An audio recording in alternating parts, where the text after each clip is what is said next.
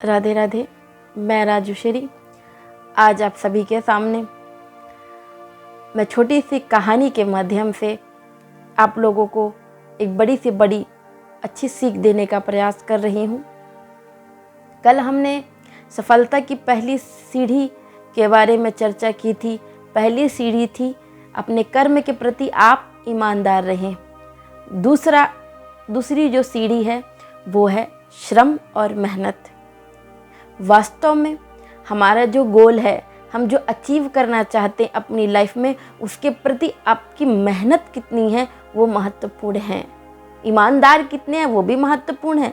ये नहीं कि आपको अगर सपोज दैट आपको बड़ा बिजनेसमैन बनना है तो उसमें आप अपनी लगनता में कितने ईमानदार हैं वो महत्वपूर्ण है, और उसके प्रति आपने कितनी मेहनत की है, कितना श्रम किया है वो महत्वपूर्ण है। आइए एक सुंदर कहानी के माध्यम से समझते हैं। एक बार श्रम और सुख दोनों दोस्त एक दूसरे के साथ में कहने लगे, देखो, सुख कहने लगा श्रम से, मेरे रहते हुए किसी व्यक्ति को कोई दुख की ज़रूरत ही नहीं, क्योंकि मैं सुख हूँ। मेरे रहते हुए कोई व्यक्ति दुखी नहीं हो सकता। दोनों लोगों ने विचार किया, पृथ्वी पर चलते हैं, लोगों से मिलते हैं। जैसी पृथ्वी पे दोनों लोग आए, क्योंकि सुख पहुंचा तो हर जगह सुख ही सुख हो गया। प्रत्येक व्यक्ति सुखी, कोई दुखी नहीं था, किसी तरीके की तकलीफ नहीं थी। तभी आगे चलते चलते उन्हें रास्ते में एक भिखारी मिला। भिखारी को देख करके सुख कहने लगा, सब सुखी हैं लेकिन ये सुखी नहीं है। तो सुख कहने लगा श्रम से, देखो मेरा कितना प्रभाव है कि प्रत्येक व्यक्ति सुखी हैं। तो श्रम ने कहा, एक काम करो, ये इस भिखारी को भी सुखी कर दो।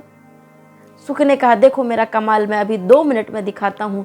सुख ने खूब सारी सोने की असरफियाँ उस भिखारी के झोली में डाल दी, रूप बदल करके।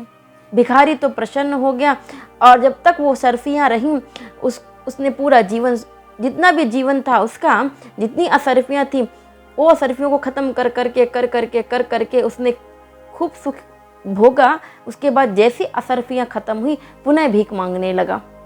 दूसरी बार फिर श्रम और सुख दोनों मित्र फिर पृथ्वी पर आए तो देखे भिखारी आज भी भीख मांग रहा है।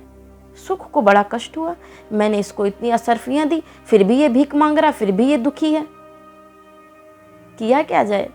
फिर पुनः असरफियाँ पकड़ा दी, फिर वो प्रसन्न हो गया, और जब तक वो सरफियाँ रहीं उसने पूरा जीवन, जितना भी जीवन था उसका, जितनी असरफियाँ थी वो असरफियों को ख़त्म कर करके उसने खूब सुख भोगा। उसके बाद जैसी असरफियाँ ख़त्म हुई, पुनः भीख मांगने लगा।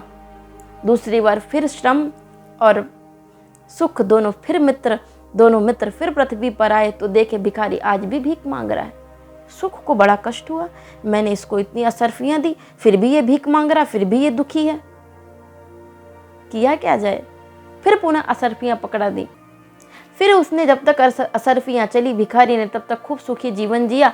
असरफियाँ खत्म होने के बाद फिर वो भीख मांगने लगा। तीसरी बार सुख और श्रम दोनों दोस्त फिर पृथ्वी पर आए, और पृथ्वी पर आकर के उन्होंने देखा कि अभी भिखारी फिर भी भीख मांग रहा है। अब क्या किया जाए। जैसी ये बात देखी तो श्रम ने कहा, सुख तुम्हारा होना तो महत्वपूर्ण है, लेकिन अब मेरा होना मैं दिखाता हूँ। श्रम ने साधु का भेष धारण किया और भिखारी के पास गया। बोले, सुनो, तुम्हारे आँख और तुम्हारे हाव भाव को देखकर लग रहा है कि तुम्हें बहुत बड़ी बीमारी घेरने वाली है। भिखारी डर गया, बोले, हाँ, और इस भिखारी को तुम बिना पैसे के इलाज के दूर कर सकते हो। भिखारी ने पूछा, क्या इलाज है संत, आप हमको बताइए। बोले, इसका इलाज है मेहनत करो, श्रम करो, हाथ पैर चलाओगे तो तुम्हारी सारी बीमारी दूर हो जाएगी और तुम्हारे जीवन में सुख ही सुख आएगा। भिखारी डर गया कि मुझे कोई बड़ा रोग लग गया है, तो उसने अपने घर के आगे एक बंजर जमीन थी, उसको कुल्हाड़ी लेके खोदने लगा, और खोद करके उस बंजर जमीन को लहलहाती हुई फसल बना दिया, और वो भी सुखी और उसका जीवन निरंतर सुखी। श्रम ने कहा, सुख जरूरी है भाई, लेकिन बिना श्रम के व्यक्ति को सुख की प्राप्ति नहीं हो सकती, चाहे तुम जो कर लो। श्रम किए बिना सुख की प्राप्ति नहीं होगी। तो हमको श्रम करना है, अपने गोल को पाने के लिए, अपने लक्ष्य को पाने के लिए मेहनत करना है, और गोविंद को पाने के लिए भी हमको ईमानदार रहना है और हरि नाम का कीर्तन करना है। तो अपनी सफलता की दूसरी सीढ़ी है श्रम और मेहनत।